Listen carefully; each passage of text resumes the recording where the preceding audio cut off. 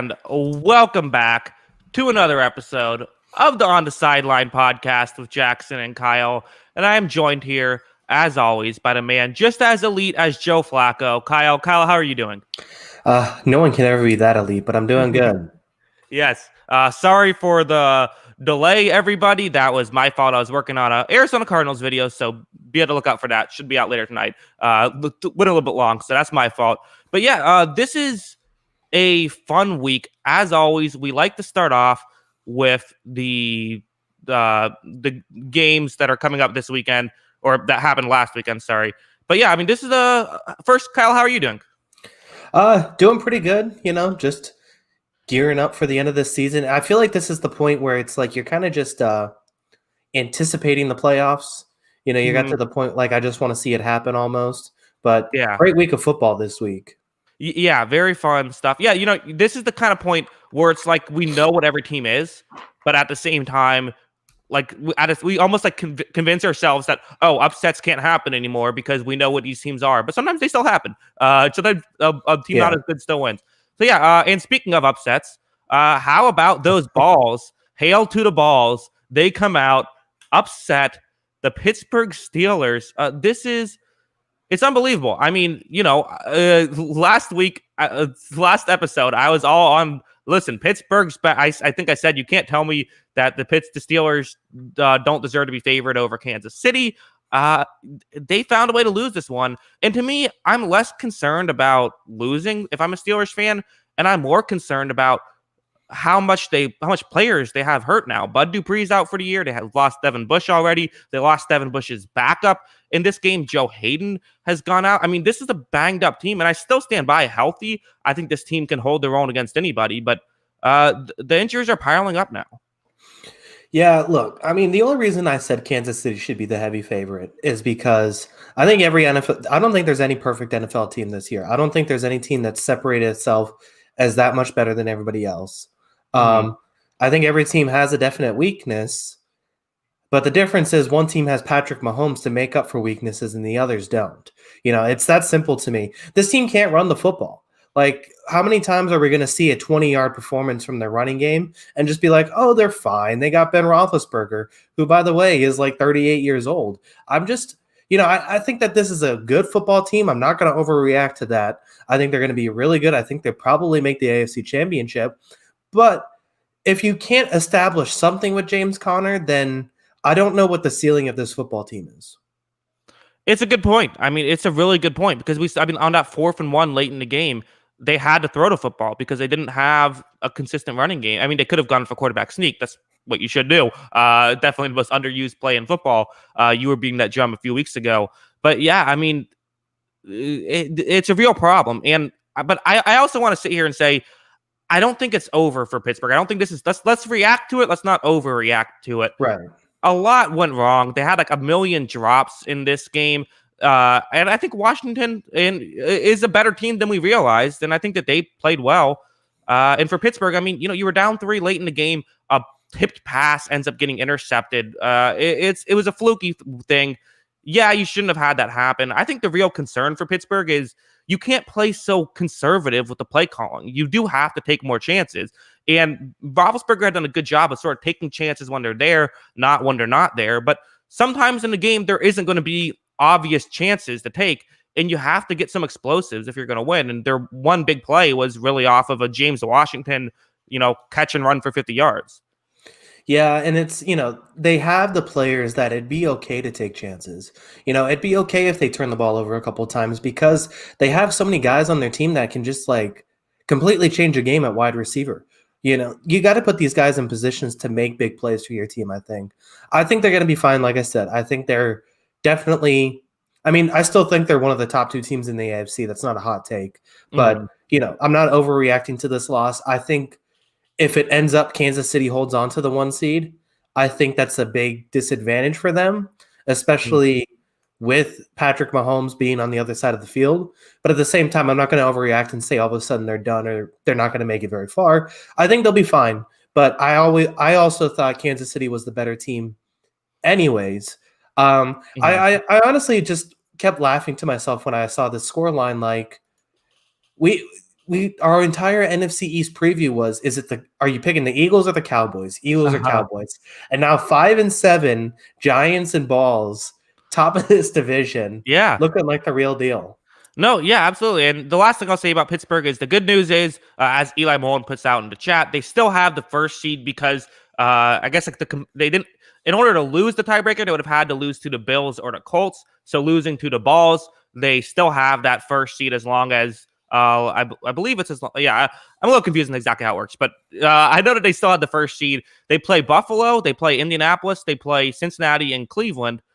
You probably have to run the table the rest of the way now. So it is a tough loss, but it's not devastating. But yeah, let's shift gears. Let's talk about the football team. They're not bad. I'm not gonna say they're good. They're good-ish. They're competent. No, I agree. I think they're competent. I'm coming back to this again because I said it a couple weeks ago, and I'm saying it again. What did they see in Dwayne Haskins this offseason?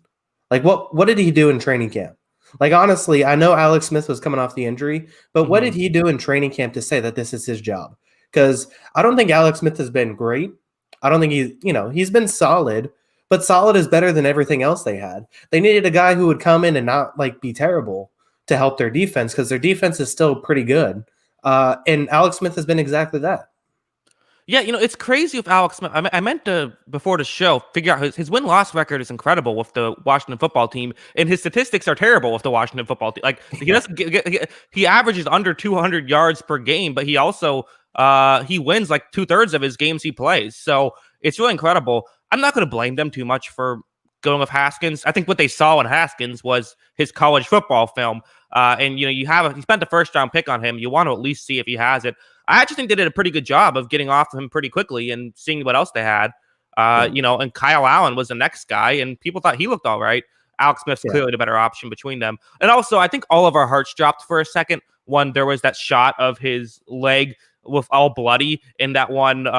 There's that one shot, and then they just found a different leg. It was just he got cut up on a different leg. So we're all collective hearts shocked. But yeah, they're a solid team. They play San Francisco this week. They have a shot in that one. They still play Carolina and Philadelphia. It's not out of the question we could get. They also play Seattle, but it's not out of the question that we'll see a 8-8 division winner, and all this craziness ends up being not that crazy. Yeah, I want to go big picture a little bit here. So, who are you more confident about the next 5 years? The Balls or the Giants? That's an interesting. They're interesting both how they're built. Where neither one of them really has a long-term quarterback, right? I mean, you typically when you feel good about the future of a team, it's because they have this long-term quarterback. That's not the case with either of them. I guess I'll say Ron Rivera. Because of Ron Rivera, I'll go to Balls just because I've seen what he's done before. But I mean, at this point, dealer's choice. They both look good. Yeah, I mean, I do like both of them. I think the interesting thing about the Giants is I think that defense is better. I think that defense is elite and can look good for. I'm excited about the Giants the next couple of years if they build their offensive line. I think the difference is a lot of the Giants guys on defense aren't necessarily like guys they drafted, unlike Washington. And eventually they're going to have to start paying some of these guys. So how does the team continue to build without like that kind of number, after they pay guys like Jabril Peppers, like Bradbury, like Leonard Williams, how does that roster begin to shape itself? But yeah, I mean, they're both playing good football right now, despite, not having great quarterbacks, which is pretty surprising. Yeah, I agree. I was even thinking there's a chance, just throwing it out there. There's a chance we could get 2 NFC East teams in the playoffs. If the Giants and Balls both do well, I don't think it's out of the question. It's not likely, but I could see an 8-8 wildcard team in the NFC, and I could see both of these teams finding a way to go 8-8. That is in the realm of possibilities at this point. Yeah, I think they play each other, don't they? No, they've already played both. Okay. The Giants won both. Yeah, I mean, weirdly, this Washington game this week is going to be huge. Mm-hmm. Yeah. So. Yeah. All right. Well, let's move on. We got a couple more games we have to talk about. So we have the Bills and the Niners. You were on this one. You said, I thought this would be closer. You said, no, this is Buffalo all the way. And your hero and mine, Josh Allen, really, again, this was incredible. I mean, we got to just call it how it is. he has these games where he's just dominant. Yeah, he lit it up. They actually credited him with a fumble, but from what I heard, it wasn't really his fault. The exchange was more on Zach Moss, and Moss actually got benched for the rest of the game because of it. But yeah, I mean, he lit it up. He played well. It was an impressive win. Have you ever seen two opening drives start with the team turning the ball over at the 1 yard line? No. Yeah, that was incredible. I'm sure it's happened before. Someone maybe back when teams like the forward pass, wasn't it there a rule like in the forward pass, if you threw it and it landed out of bounds, it was just a turnover? Like back when football made no sense and the rules didn't matter. Yeah, I don't know. I don't know that one. Mochi brings up a good point here. This whole idea that Jimmy Garoppolo is just atrocious is over, right? I mean, yeah. Well, if you didn't like Jimmy Garoppolo before, you can still dislike Jimmy Garoppolo now. But clearly, he's a lot better than Nick Mullins, which I think when he went down, we thought that might be okay. And clearly, there is a big drop off. But it's not just him. I mean, George Kittle was important too. Like, there's a lot of important pieces. And plus, I mean, they weren't great in this game, but Buffalo was also really good too. So the 49ers, like, they did just beat the Rams last week. They're not an atrocious team, even with the injuries. They had bad injury luck. I think that's what we've been saying about them all year. Yeah. No, that's fair. I think it's they weirdly just own the Rams. I don't get it. Kyle Shanahan just loves that game. I'm telling you. He loves to stick it to McVay. But yeah, I mean, I don't think they're necessarily out, but I kind of feel like just with the way things are going, like they can't play at their stadium and they can't practice at their stadium or at their facility, all that weird stuff. Combined with every injury that they've had this year, it kind of just feels like this is just a lost cause at this point, right? Yeah, I mean, they're a team right now that technically still has a chance, but I'm just not really thinking about them in that way. Like, I'm putting them in the back of my mind, and if they win a couple of games, then I'll start thinking about them again. They're the team you don't have to pay too close of attention to, I think.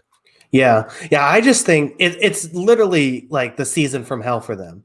Like, Philly fans are going to come in and say, no, that's us. No, this is literally the season from hell. They've lost so many key players for significant amounts of week. They can't even play at their own stadium.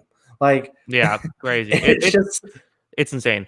No, yeah. And this is a big one for Buffalo, too, because they still have Miami, New England, even Denver, who's competent, and they play Pittsburgh on Sunday Night Football this week. So getting this one here, it pretty much, I've said, like, there's a chance that they could fall out of it. Not really anymore. They've got the playoffs.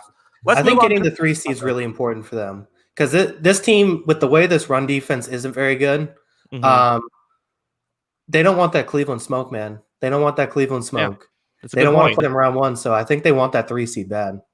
That is a good point. That would be a fun game, though. But let's move on. Yeah.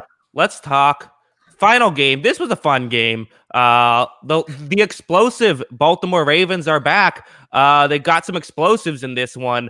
Give a percentage grade. How much of this was that? Or I'll give a percentage grade first. I'll start it off. I think this is probably like 75% bad Dallas defense and 25% good Ravens offense, but still, you'll take that.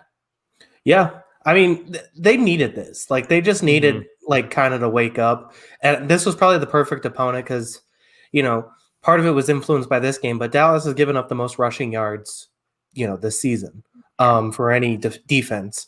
They've given up the tied for the second most amount of rushing touchdowns this season. So a good matchup, but they definitely needed it. I was a little worried at first about having to eat dog food. Lamar Jackson throws a ball that looked a little high, but at the same time, it looked like Hollywood Brown tried to like one hand catch it, and it like tipped off his hand and got intercepted. And then they just were like, okay, we're good now.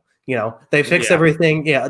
The run up the middle on that 4th down play was essentially the epitome of the game. They had no answer for that. Like, just a simple run play up the middle, no answer. Yeah, no, it was a kind of, again, there's a lot you could say.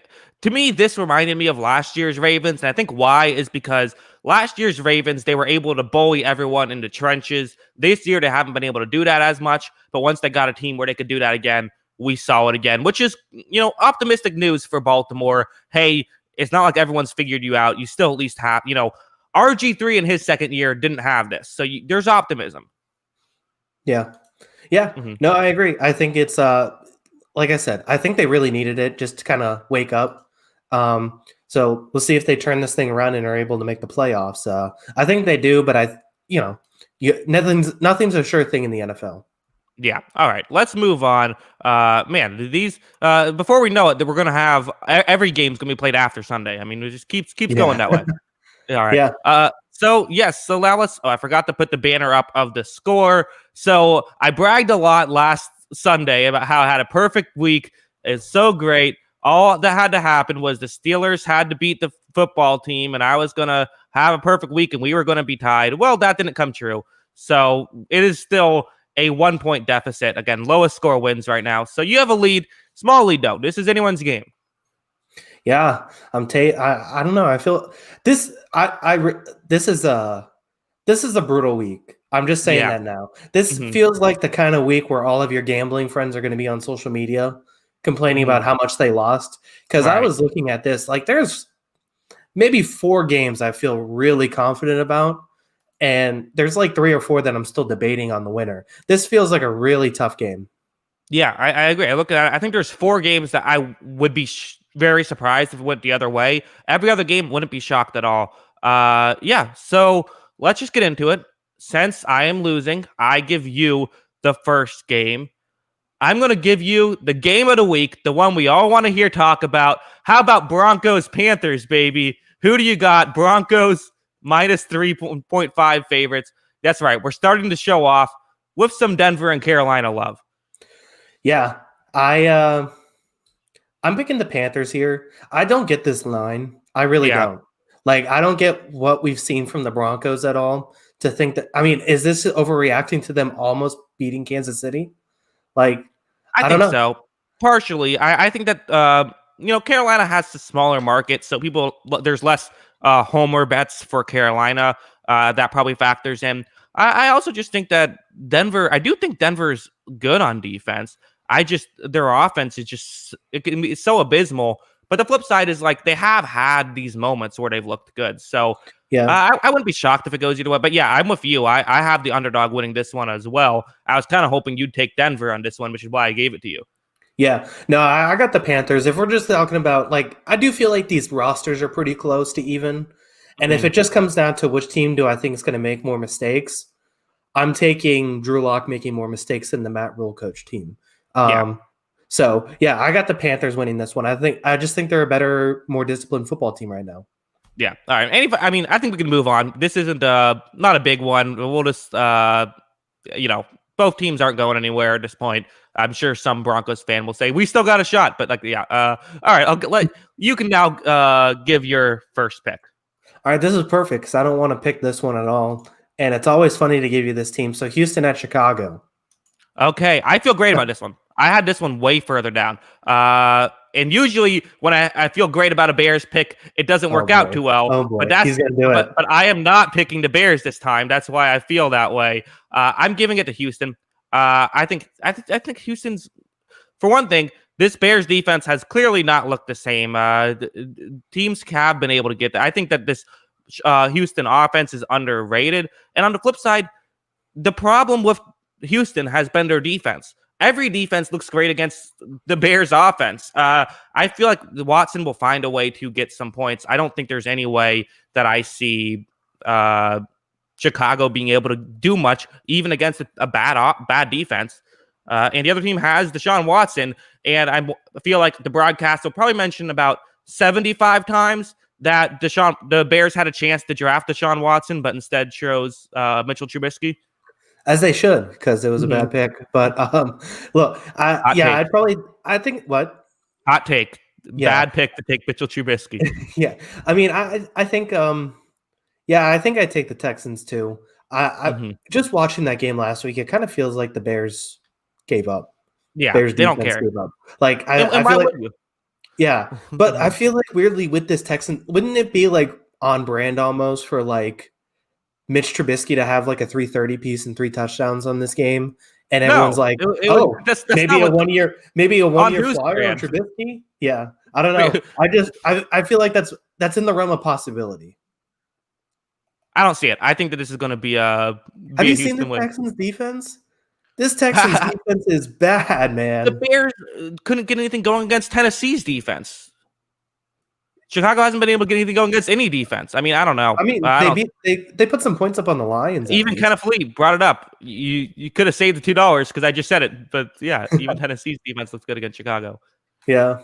I mean, like I said, I'd probably take the Texans, but I think there's a case. But yeah, I mean, I just feel like the problem is the Bears defense just does not seem engaged anymore. Yeah. All right. Well, again, I mean, we're not exactly starting things off with the most exciting games necessarily. I don't think people are super interested in Broncos, Panthers, Texans, Bears. So I'm going to give you an exciting one. We know this one will do well. How about Colts, Raiders? This is the game of the week, right? Two teams. The loser, there's a good chance the loser doesn't make the playoffs. There's a good chance the winner does make the playoffs. This is a big game. Both teams desperately need it. Las Vegas a little bit more. Colts are 3-point favorites. Who do you got? So you're saying this is the game of the week over Cincinnati and Dallas? Well, I almost would have Cincinnati, Dallas. Yeah. How dare you? I don't know. I got to go Indy with this one. I just feel like that defense. It's hard to pick this Raiders team with the way they've played the last 2 weeks. I'll just put it that way. I haven't loved the way they looked. I think Darren Waller is awesome, but I feel like this Indianapolis team doesn't allow a whole lot over the middle of the field, and I feel like there's ways to limit Waller with this defense, especially with guys like Darius Leonard playing. I just think that's going to be a tough matchup for him. I think that Indianapolis is going to be able to match up well. They have a great defense, and with the way the Raiders are playing, I just don't trust them enough right now. I got the Colts. Yeah, I mean, listen, these are two teams that kind of had miracle wins that were really through no credit of their own last week, where, Houston probably was going to beat Indianapolis before there was the botch snap that resulted in a fumble. Obviously, the Raiders, they were able to win in this miracle faction. Also, I watched Y'all 22. Fun fact, the play before, there wasn't the cover zero. It was prevent defense, and that resulted in almost a touchdown with Ruggs or with Aguilar. So interesting, but basically just nothing that was going to work.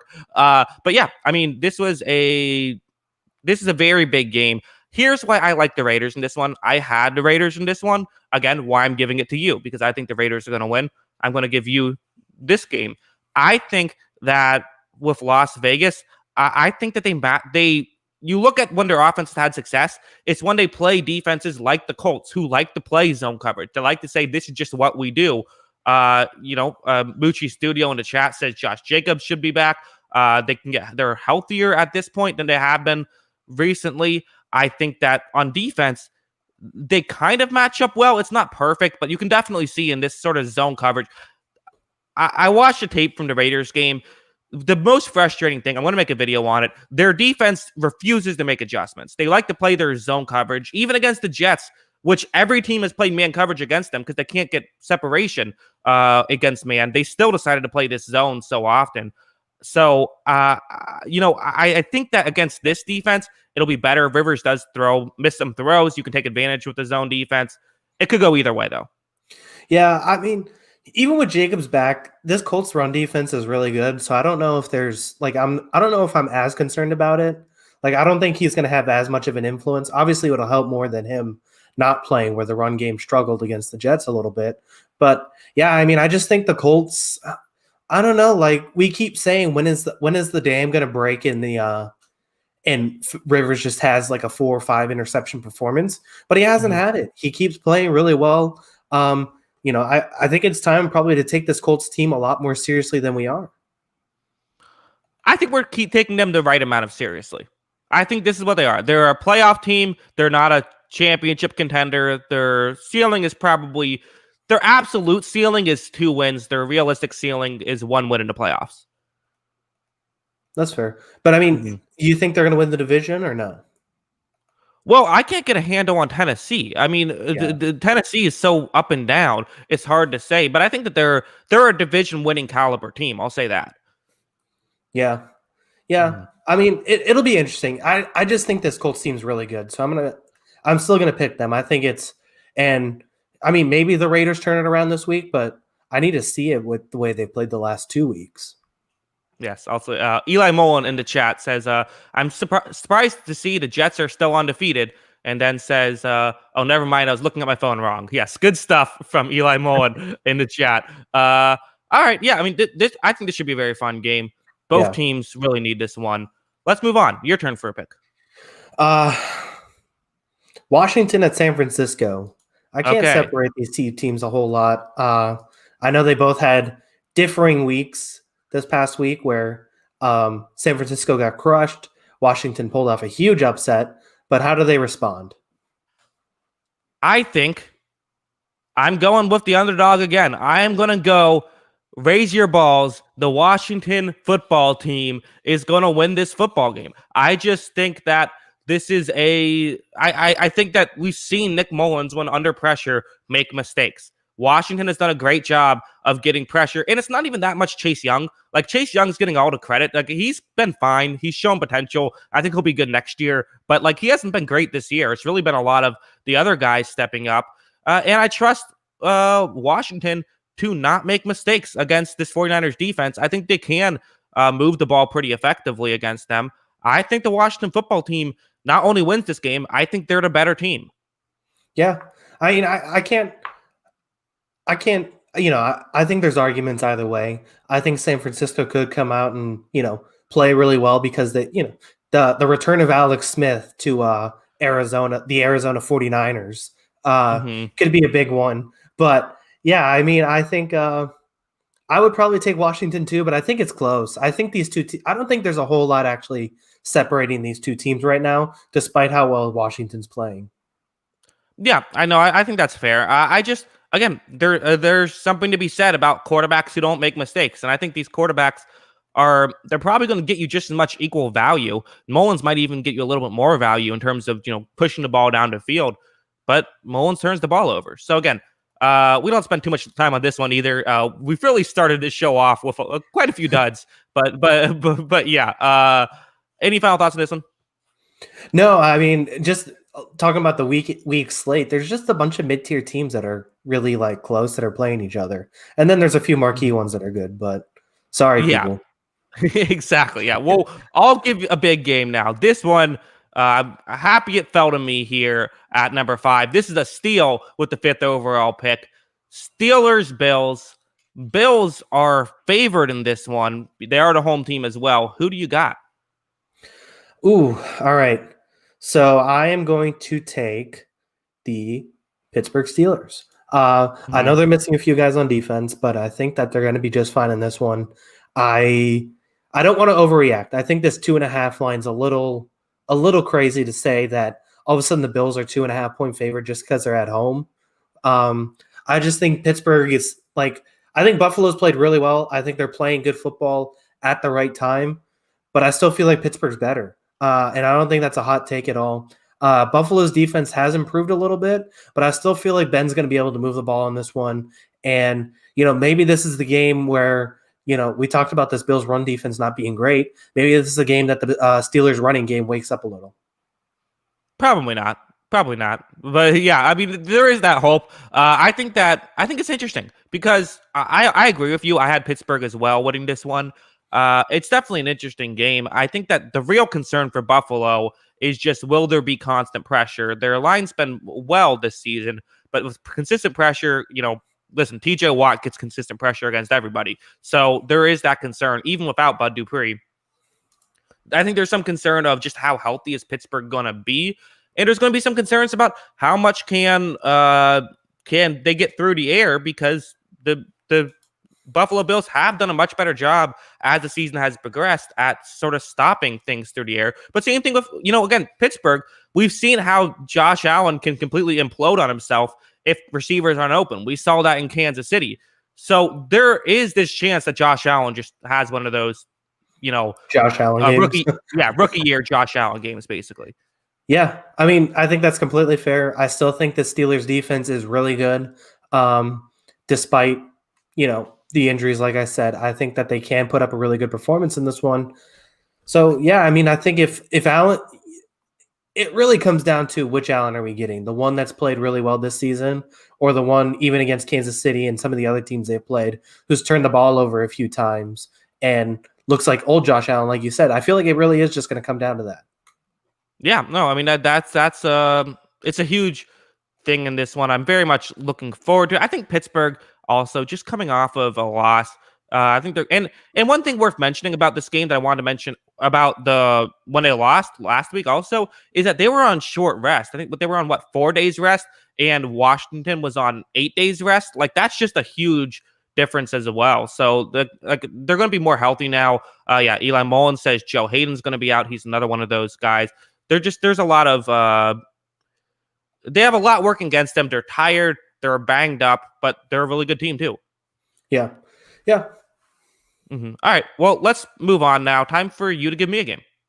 All right. I keep giving you the great games of the week. Let's go Falcons at Chargers. Okay, yes, keeping it with the highlights, all of the best. Again, we purposely did it this way so that way we could talk, how we give each other games. So there we talk about the better games earlier on. Didn't work out that well this week. This week there was the exception. But yeah, I got Atlanta. I think Atlanta's the better team. And you saw, I mean, New England basically just gave you the blueprint. Is that the Chargers can't stop a stunt to save their life. I mean, that was happening all game. Is they just run a twist or a stunt, whatever you want to call them. And every single time there was a free rusher to Justin Herbert. Atlanta's going to do the same thing. Atlanta's a better team than the Chargers. Again, Atlanta's mediocre. The Chargers are not. I think Atlanta wins this game by a good amount. I think they win it. And you know what? The 2.5-point favorite, I'll lock it up. I'll double up here on this one. I think Atlanta wins and they cover the 2.5-point spread. Wow. So this is probably the riskiest move we've seen all season. You're locking it up and putting a double risk on the Atlanta Falcons. Yes. The Atlanta Falcons, the team we all know to when it snatched defeat from the jaws of victory. Yeah, I mean, I think Atlanta's a better team. I've never seen, just an off point here, I've never seen a team who's below 500 be favored in so many games. I feel like they're always favored. Yeah, or even I was gonna say, even like last week, they were 2.5-point favorites to the best team in the NFC. Yeah, or underdogs. I mean, yeah, very weird situation. But yeah, I mean, I do think they're a better team. Chargers, like you said, I think they got exposed a little bit. I think Anthony Lynn knows his job's pretty much out, and it doesn't matter. I don't think it really. It's great that Justin Herbert looks good, but I think that he still has growing pains. And I know this Atlanta defense isn't great, but, I still think they're going to cause some problems for him. Nah, I think I don't know. I just feel like I just feel like I feel like the talent disparity is there. And if this wasn't Atlanta, if this was, I don't know, the Bills, and they had or Bills aren't a great example either, but if this is a new team that entered the league this year, the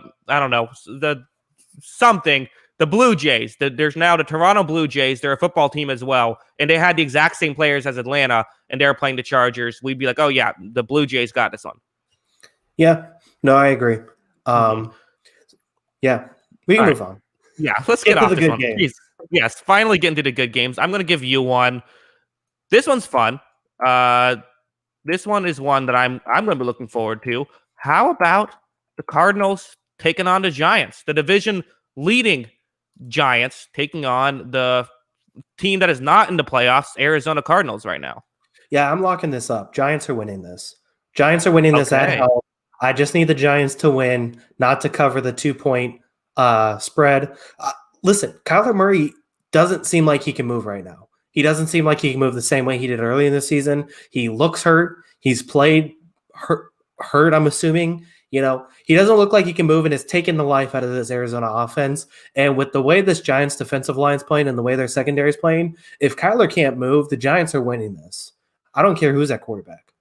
I don't fully agree. I think Kyler's the kind of guy who we all like and we make excuses for. I think he has made mistakes. I think that he does run himself into sacks to some degree. I think he can still move. I mean, Kyler running at 80% is still like a top 3 rushing quarterback in the NFL. It is true that it's not quite what it once was, but he can still move. And I think that this Arizona team still has the high end talent at the end of the day. What they have to do, and I'm talking about this a bit more in my video. I have the Giants winning this one as well, just on the record.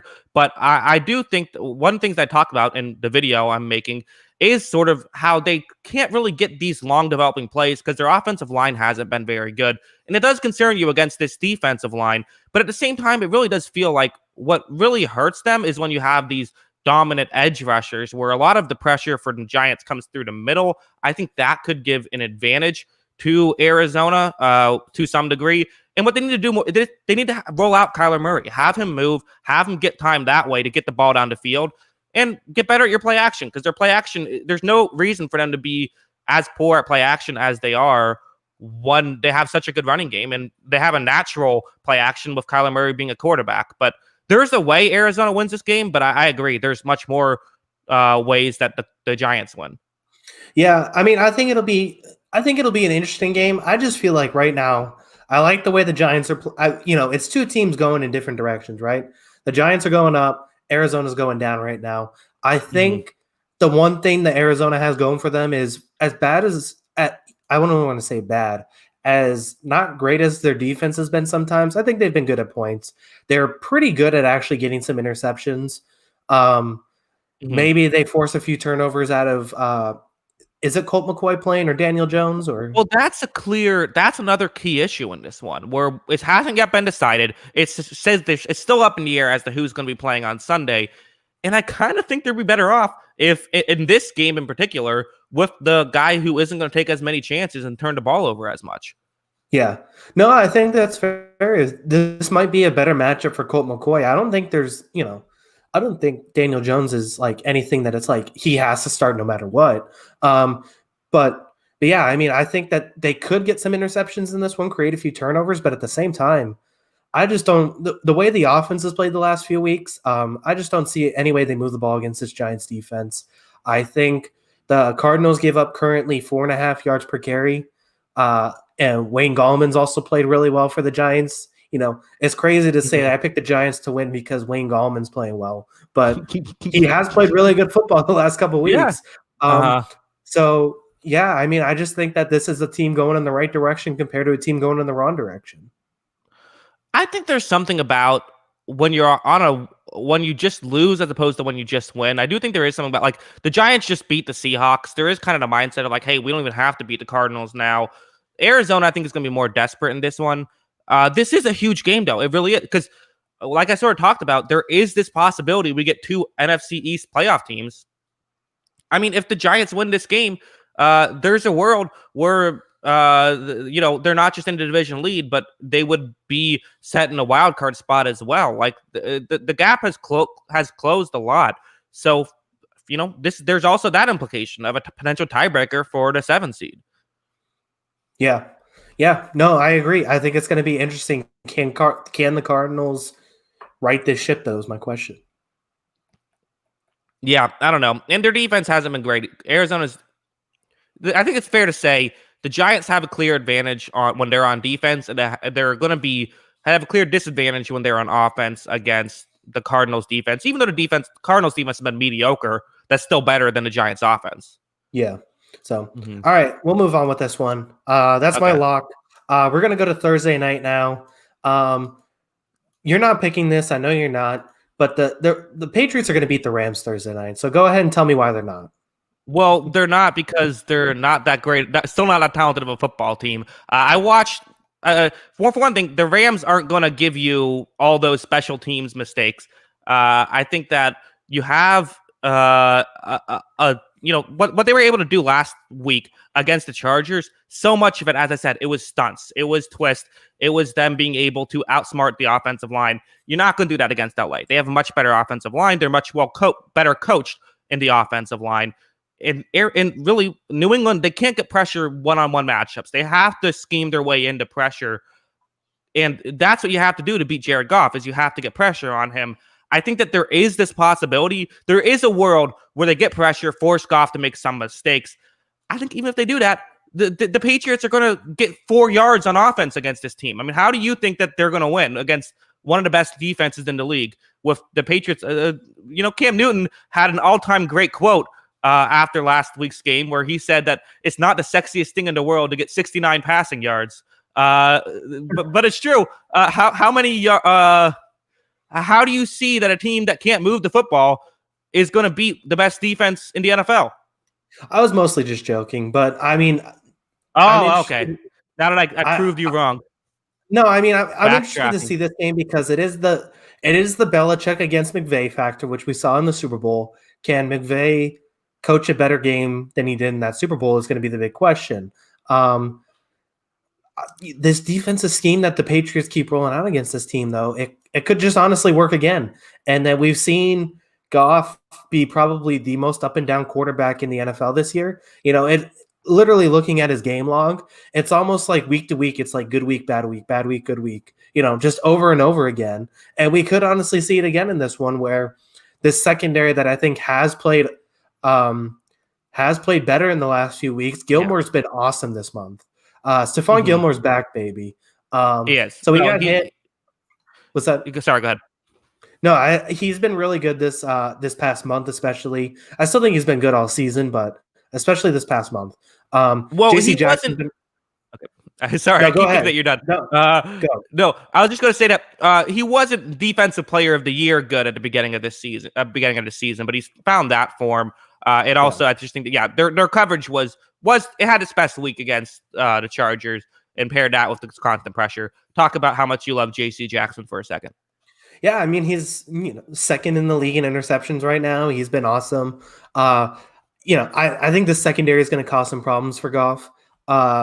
It's just going to come down to, can we stop the run, which has been, hit or miss for us this season. Can we stop the run? That's going to be a big thing.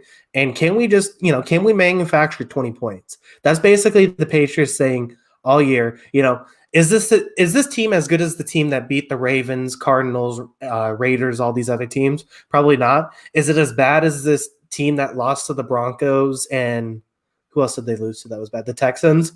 Probably not. And that's probably why they're going to finish 8-8. They're probably somewhere in the middle there. But yeah, can this team find a way to manufacture 20 points and this secondary makes a few plays? Yeah, Eli Mullen called me out on when I said the Rams had the best defense in the league. Statistically, they did, although actually this week Pittsburgh passed them. So second best statistically, but close enough. I don't know. I think this is tough for – I don't know. I just think this is it's not – the only reason I think New England stands a chance is because there's been so many times that I said New England doesn't stand a chance and then they win. Like again – If this was the Toronto Blue Jays for instead of the Patriots, we'd all be predicting the Rams to win by a ton here. Yeah. I mean, that's probably true. I mean, this roster is definitely barren, but I also see a point where, maybe New England gets a couple turnovers that gives their offense a short field, and then they pull out this win, and you're like, how did this happen again? How do we keep falling for this? But, Patriots are playing like a desperate team, so I'm not counting them out. Yeah, it is. I mean, last week was incredible what they were able to do, but I do think I asked you live how much of it was the Chargers, how much of it was the Patriots. You said it was about, I think you said 50-50 or something like that. But when I watched the tape, I thought it was just when you can get the all 22, it looks way more like it was just the Chargers not being great. And obviously New England took advantage of that in a great way, but you just can't do that again. You're not going to get all those big special teams plays. What was it? 5 times the Chargers had the wrong players on a special teams unit, either too many, not enough, or the wrong guys on there. I mean, that's just absurd. Like, I think it says more about the Chargers than it does about New England, and the Rams are really good. Yeah. I mean, that's all completely fair. The that was the easiest lock of the week, by the way, was picking the Patriots last week. I mean, I don't know. You're very proud of that one. I think you've tweeted it out and you said it on this podcast and last podcast. You're very happy about that one. It was a pick 'em and I covered by 45 points. Okay, I feel good. It was the best lock of the best outcome. I'll give you that one. All right, let's move on. That one should be interesting though. Good Thursday night game. All right, I'm going to give you a game. I'm going to give you the one. You gave me a one with a 5.5 spread. I'm giving you one with a 1 point spread. How about Baltimore 1 point favorites over the team they blew out earlier in the season? But at the same time, they're two very different teams than they are from week one. Who do you have in this one? I'm sorry, Cleveland fans. I'm gonna have to take Baltimore in this one. I think their running game, Zeke wasn't awful last week or anything, but I think they found some groove in their run defense and their running game. And Cleveland just, they're okay on run defense, but at the same time, okay on run defense isn't good enough to match up with this offense. So, Yeah. I mean, this is the same thing I kind of said last week, where if everything goes according to plan, Cleveland can win the game and pull off the upset. But at the same time, Cleveland is still the kind of team where if they go down 10 points quickly, it gets ugly really fast because this isn't a team that can really come back. And as good as Baker Mayfield was last week, he's not throwing on the litany of bad Tennessee defenders. So I got the Baltimore Ravens. Yeah, I think I would go. I have Baltimore as well. This is it's a tough one. Again, there's a lot of good games this week. I think it gets a little bit easier after this one. But yeah, I mean, what happened last time was that it actually wasn't that big of a blowout at the beginning. Cleveland, they were up 10-6 after the first quarter, so they were doing well. But it did seem like, Baltimore was up 10-6. But it seemed like Cleveland said, okay, we got to start throwing here. Baker Mayfield threw the ball 39 times in that game. That's not happening again.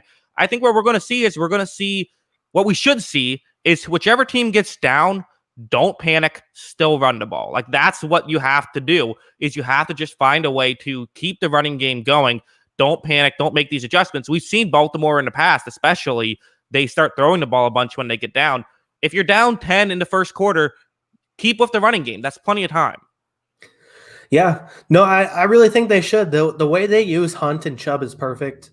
My boy Stefanski might be coach of the year this year.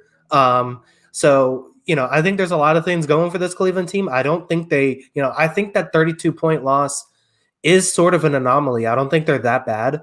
But, I mean, I'm just being honest. I don't think that this team, this is a team that, like I said, when they go down, it doesn't get better because, like you said, they kind of abandoned the running game.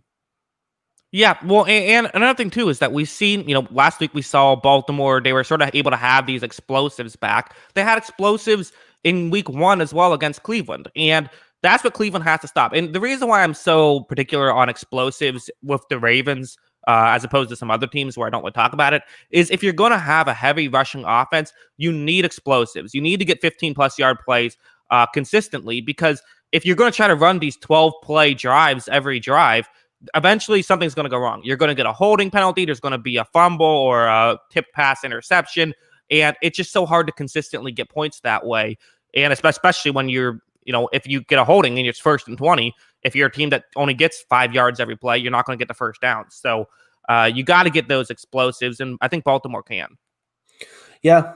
No, I think they can too. I want to see a little more J.K. Dobbins in this one too. I think that he looks like the best running back in Baltimore. He's used, it's actually better than Lamar Jackson. Well, besides that, I think he actually did have the most carries last week for the running backs, but it's still used pretty evenly down the middle between the three. I think he starts to submit himself as the number one guy on that backfield. Yeah, I mean, they're both. I mean, again, Gus Edwards had 100 yards on only 7 carries, so that was just a wild game. They won't quite be able to do that, but yeah, I think that this is the game where for Cleveland, this is the game you want, right? You can't beat Lamar Jackson. It seems they beat him. I believe no, I can't remember. They might have beat him last year, but I think they did beat him last year. Well, right? Yeah, there was that one game where they beat him last year. The way they did it was by running the football a lot. Nick Chubb had a big day. Let that happen again. Rely on your offense to win this one. And I think that, again, one of the craziest stats of the season, Cleveland is undefeated when they score 7 or more points, I believe is what it is. Yeah. Oh, because they got beat that badly the 2 times. Yeah, the 3 times they never got all their losses. So again, just a wild, because you would think that would be like a defensive strong team, not a offense team. Yeah, exactly. So, I mean, yeah, it'll be a good game. I'm excited for it. I want to see how the Browns have improved since week 1. Yeah, should be fun. I'm also interested in seeing how Baker Mayfield plays because, guys won't be open all day in this one. Let's see how he responds. Let's move on. So So, oh, yeah, I give you have you a something to game, say? right? Yes. Yeah. So let's all right, some might call this the marquee game of the week. Some might not. Let's go Cowboys at Bengals. You got it right. Yes. Who do you got in this one? All right. I got Dallas. I think Dallas is the better team. I actually thought they played okay against Baltimore for a bad team. That is, their offense still has some pieces. I think Cincinnati's shown me that they're not as bad as I thought they would be without Joe Burrow. They've lost a couple of close ones, but I think Dallas will be able to get enough points in this one that it won't matter. And I think that Cincinnati, their offense is just putrid with Brandon Allen. I think Dallas is going to win. Yeah, how many quarterbacks are in the NFL with the last name Allen? I keep getting lost on this. Yeah, But it's confusing. yeah, I mean, so that last game against Miami was bad. Obviously, the Dolphins defense and the Cowboys defense are night and day. But at the same time, I'm with you. They've proven to be frisky, and frisky is in taking a couple cheap shots every now and then to help themselves out. But Yeah. I do feel like the Cowboys are the better team. I think it'll be closer than people think, but I do think the Cowboys win. Yeah, and these are two teams that are kind of, to some degree, their coaches are a little bit fighting for their jobs. I mean, I think Mike McCarthy's probably safe, but I think there is an opportunity here, especially if Dallas can get somebody they want. And I definitely think Zach Taylor's fighting for his job. So that's really the intrigue to me, is just going to be, seeing what they are able to do. But yeah, it's honestly kind of a who cares game. Yeah, yeah, that's fair enough. We can move on with that. I guarantee you, unless something wild happens, I won't be making a video on this game. I mean, it's not exactly people. I don't think people are, super pumped about that one. I'm gonna give you a game now. I'm gonna give you. So now every game, there's at least a 6.5 point spread. I am gonna give you the Saints against the Eagles. Who do you got? Saints. Rookie quarterback going against this front four with a bad offensive line in front of him. He's going to get demolished. I got the Saints by a lot in this one. I don't care if Taysom Hill's the quarterback. I don't think it's particularly close. Well, I think that one thing that's going to happen is I think this is going to be, this should be a pretty close or a pretty low scoring game, thinking. And basically, I just feel like I liked a lot of what I saw from Jalen Hurts. I made a video on that. I thought he did a good amount well in that game. Again, we only saw him for half a game, so not a ton of tape. But I do think that there is a chance that we saw he has a good deep ball, and that is the one way you've been able to beat this Saints defense. I don't know if he'll have time to do it, but maybe he can scramble around and make a few plays and just protect the football in a way Carson Wentz wouldn't. It sucks that we're going to see Jalen Hurts play his first game against New Orleans. That sucks. But yeah. I do think that I think that this is going to, again, it's hard to bet against the Saints here, but I actually kind of like Philadelphia here. I also think that there's something too. Jalen Hurts is in. It's a new quarterback. Guys might want to just almost like a new coach. You just sort of feel like, hey, there's a breath of fresh air. Maybe we don't actually suck, even though they do, and that could happen. Yeah, I mean, it's possible. I definitely think it's possible, but from what I've heard, like, I don't think people really hate Carson Wentz in the Eagles locker room. Well, I'm not saying they hate him. I'm just saying that I just think that it's like you can still like him, but also when you get a new quarterback, sort of buy into the new quarterback. Yeah, I mean, that's fair. I think it might be nice. It might jolt the team a little bit, but at the same time, even with the new quarterback, it doesn't make a new offensive line. I just feel like the front four of New Orleans is going to dominate them. Here's the pathway to victory. Here's the pathway to victory. Taysom Hill has a couple of bad fumbles or maybe a interception. Turns the ball over. What? Him fumbling, that's a given. Exactly. So he turns the ball over a couple times against an opportunistic, especially the Eagles' defensive line is good. They can make some plays. You get a couple turnovers. On the flip side, Hurts doesn't turn the ball over, and he gets a couple of splash plays, and you're able to get a couple big plays, and you win this game like 21-17. That's the pathway. Yeah.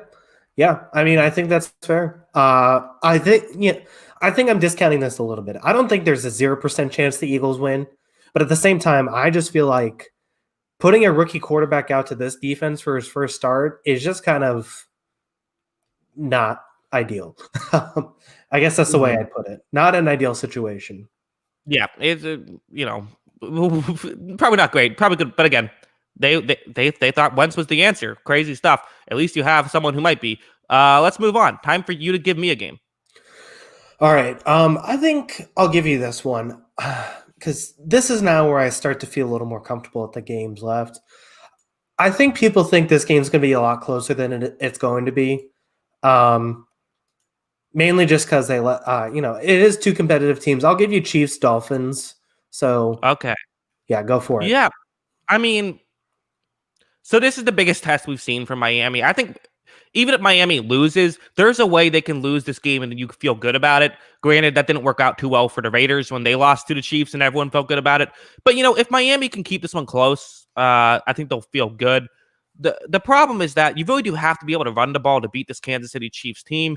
And Miami's run offense has been very up and down this season. And they rely heavily on that running game, too, because I think that with Tua, he likes to be able to, run off these play actions and things. So, I mean, obviously, Kansas City is the team you pick. They're the favorites here. But again, the pathway to victory, and I'm assuming you're picking this game, is if this good secondary can sort of shut down the wide receivers. But again, I don't care how good you are. We saw what Taysom Hill can do if you leave him one-on-one on an island. You kind of have to double him, or Taysom Hill, Tyreek Hill. And yes, really close two very different guys too. Taysom Hill is almost as good as Tyreek Hill. It's close. Yeah, so their names are close. Cut me some slack, Jesus. But yeah, it probably isn't going to happen. It'll be interesting though. I'm looking forward to this one, even though I think I know who's going to win. Yeah, so two defenses that I think are weirdly, I think Miami's the better defense. And I think that's why people like the Dolphins. Listen, it's fun to root for this Dolphins team. Tua has been well-liked since his freshman year in Alabama. Brian Flores is if you did like a popularity rating, election style, like Brian Flores might be the most popular coach in the NFL right now. I think he is really well-liked. I think Tua is really well-liked. I think the problem is as good as this Dolphins defense is, I feel like them and Kansas City are similar, and they're both really reliant on turnovers to make things happen. And Patrick Mahomes doesn't make mistakes. He rarely ever makes mistakes. He's got, 2 interceptions this season? I just don't see him making enough mistakes and giving into this Dolphins defense that it's going to be close. I got the Chiefs by a couple touchdowns here, honestly. Yeah. I think so too. I think the Chiefs probably would. Weird. You gave me the game, and it seems like you're higher on the Chiefs than I am. Yeah, I just feel confident about these last 4 games after this one. Yeah, no, they're all pretty obvious. Let's move on. I'll give you, solely because it's a divisional game, I'm going to give you Packers-Lions, because sometimes weird stuff happens in those games.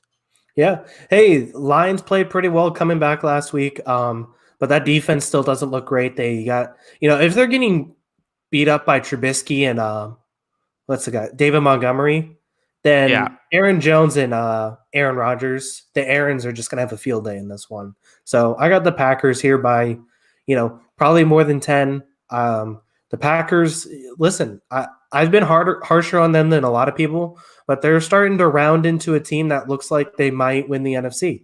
I think this team's really good. Jair Alexander's really underrated at corner. And I think this team can weirdly compete. I think this team can make the Super Bowl. I think that they can.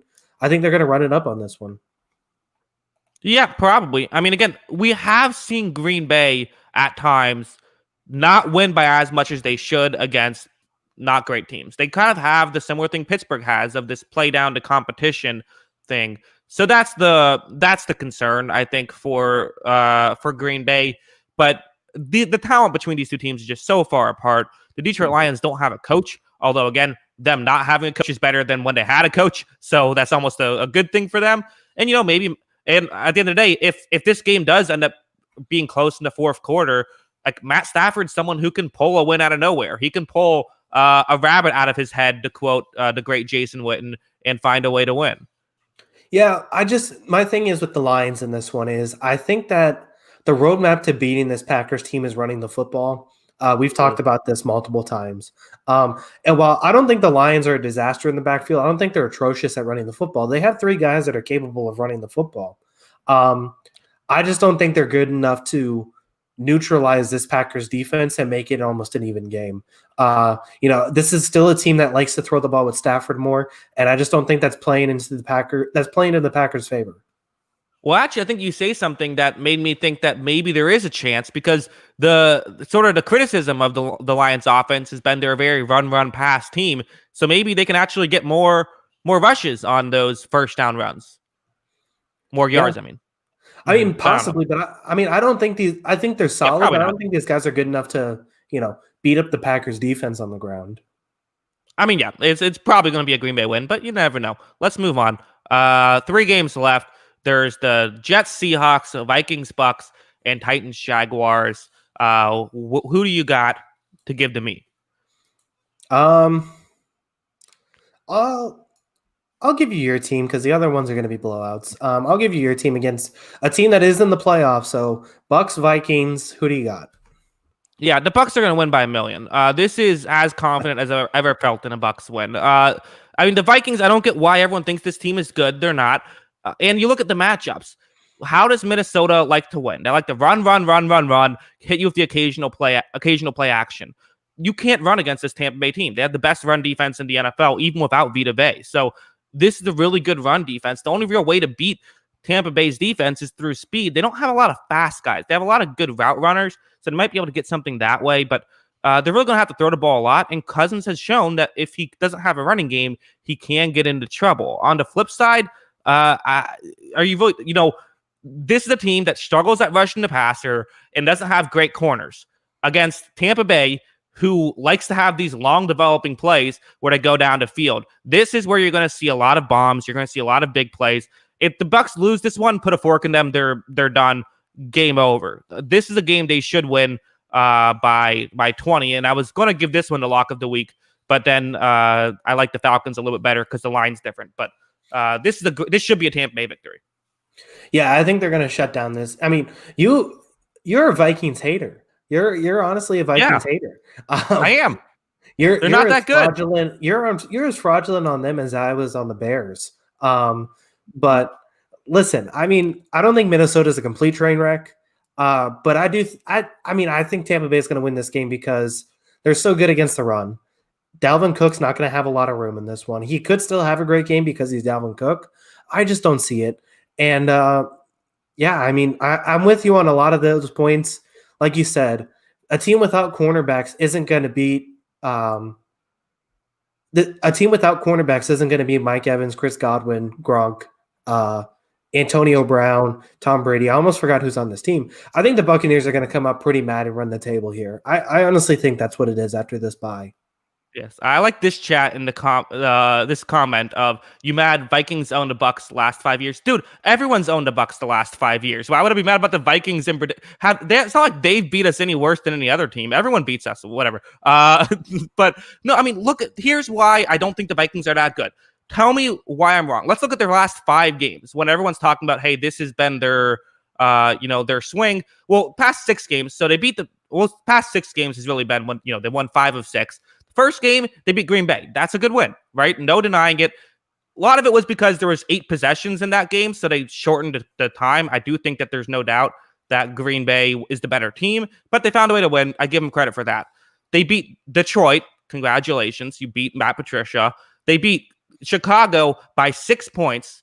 They lost to the Dallas Cowboys. They beat Carolina by a point due to a missed field goal. And then they beat Jacksonville in overtime. How is that screaming out playoff team? That's their best streak. I mean, and that's what people are going crazy over.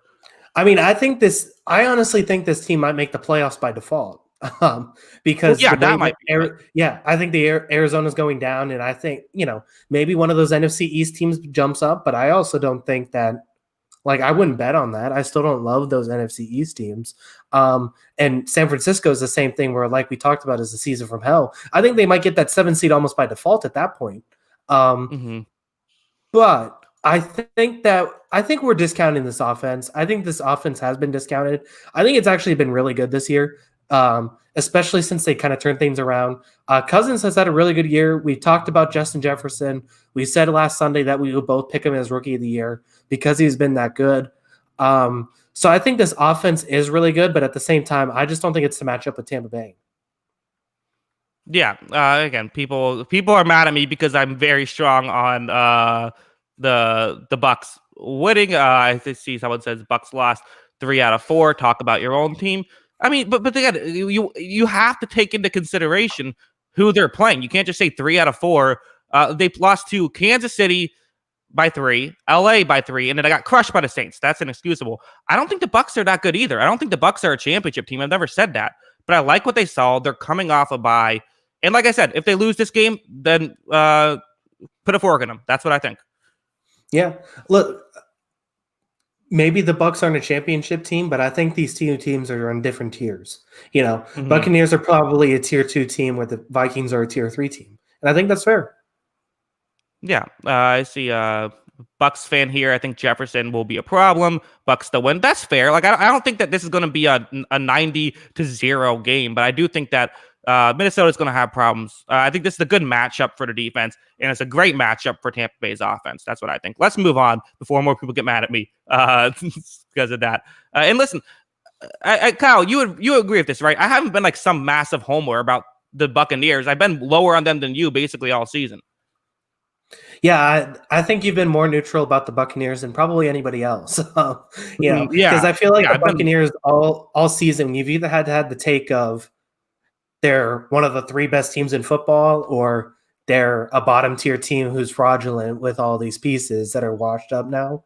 And they're not really either. They're kind of right in the middle, like you said, and you've been saying it all year. Yeah, I nailed it. Thank you. I'll pay you later.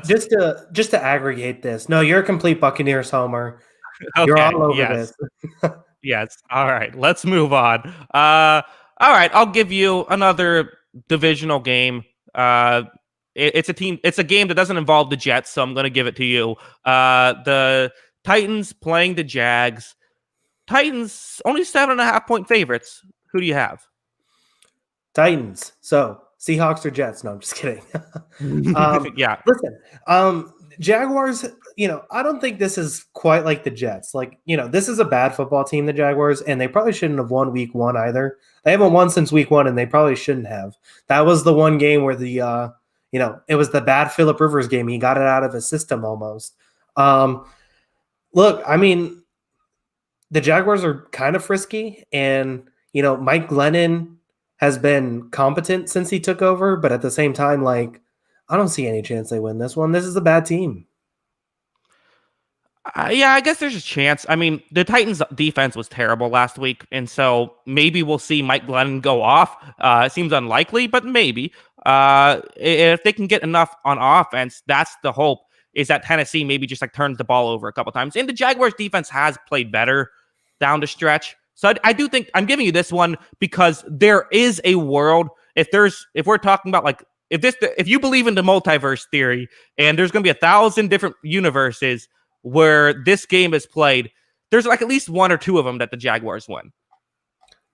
Yeah, I mean, sure. I mean, yeah, I mean, that's fair. Look, I mean, it's played better, but like I said, I don't think it's a good team, and that's still a problem. They're in a full rebuild mode. Even like I actually think the Titans weren't completely awful defending the run against the Browns. So the best part about the Jaguars is James Robinson. Like, he could have some success, but I don't think he's going to go nuts in this one. And if you're asking me Ryan Tannehill or Mike Glennon, it's going to be Tannehill every time. Yeah, no. I mean, this is the game the Titans should win by 1 million as well. I mean, maybe all the Jaguars supporters are going to come at me for that one as well. But I mean, I don't care about their defense. The Jaguars' offense is still mediocre, and they should be able to score every drive against Jacksonville. They should. Yeah, I mean, I want to see, Tennessee doesn't need this one, but at the same time, I want to see Tennessee for a team that we thought about could make the AFC Championship again or even upset a team to the Super Bowl. I really want to see it show up and have a really big game. Like, just win this one by 45. Yeah, that would be nice. I agree with you. All right, let's move on. I have the Seahawks winning this game. What? I mean, so let's try to. So the New York Jets nearly found a way to win last week. A lot of it was because the Rams like to play their base zone defense, which the Jets actually stand a chance against on offense. Seattle might do the same. Like, there's that small chance that Seattle says, you know what, we're going to still do that also, and they're not going to play this man. I think a lot of teams almost feel prideful when they play a bad team, and they say, we're just going to do what we do. But against the Jets, just play man coverage on defense, and you're going to shut them down every time. I think Seattle could do that. I think Seattle's, they're again, it's the ultimate get-right game. We've been talking about this all week. Coming off a loss, I feel like every team that played the Jets lost the week before. Right? Isn't there something like that? I feel like that seems like that's been the case. It definitely seems like it's been the case. Yeah, there's not. You can't say anything about this Jets team that hasn't already been said. This team's a train wreck. It's not going to get better this year. They're in full tank mode. Listen, they almost had their win and then they didn't get it. This isn't going to happen all of a sudden this week. I think that Seattle needs to keep pace with Los Angeles, so they're not going to lose it. So yeah, and not to mention, Sam Darnold hasn't been the greatest at avoiding sacks in his career. And with the way the Seahawks pass rush has been since Adams and Dunlap been back, I just don't. There's no chance. 0%. 0% chance. 0%. If 1,000 universes, they win in 0 of them. Yeah, they might lose by 1 in one of them, but 0% chance. What has to go right for the Jets is just so. Yeah, I don't even think what happen is that Tyler Lockett, DK Metcalf, and Russell Wilson test positive for COVID. Yeah, I still think I'd take Seattle.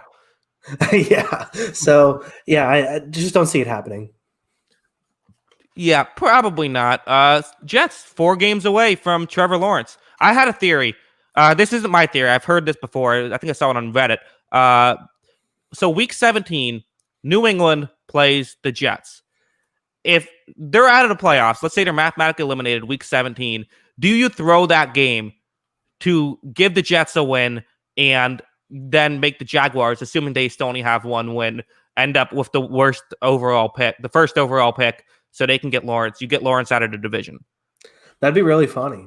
I don't think it'll happen, but that'd be really funny.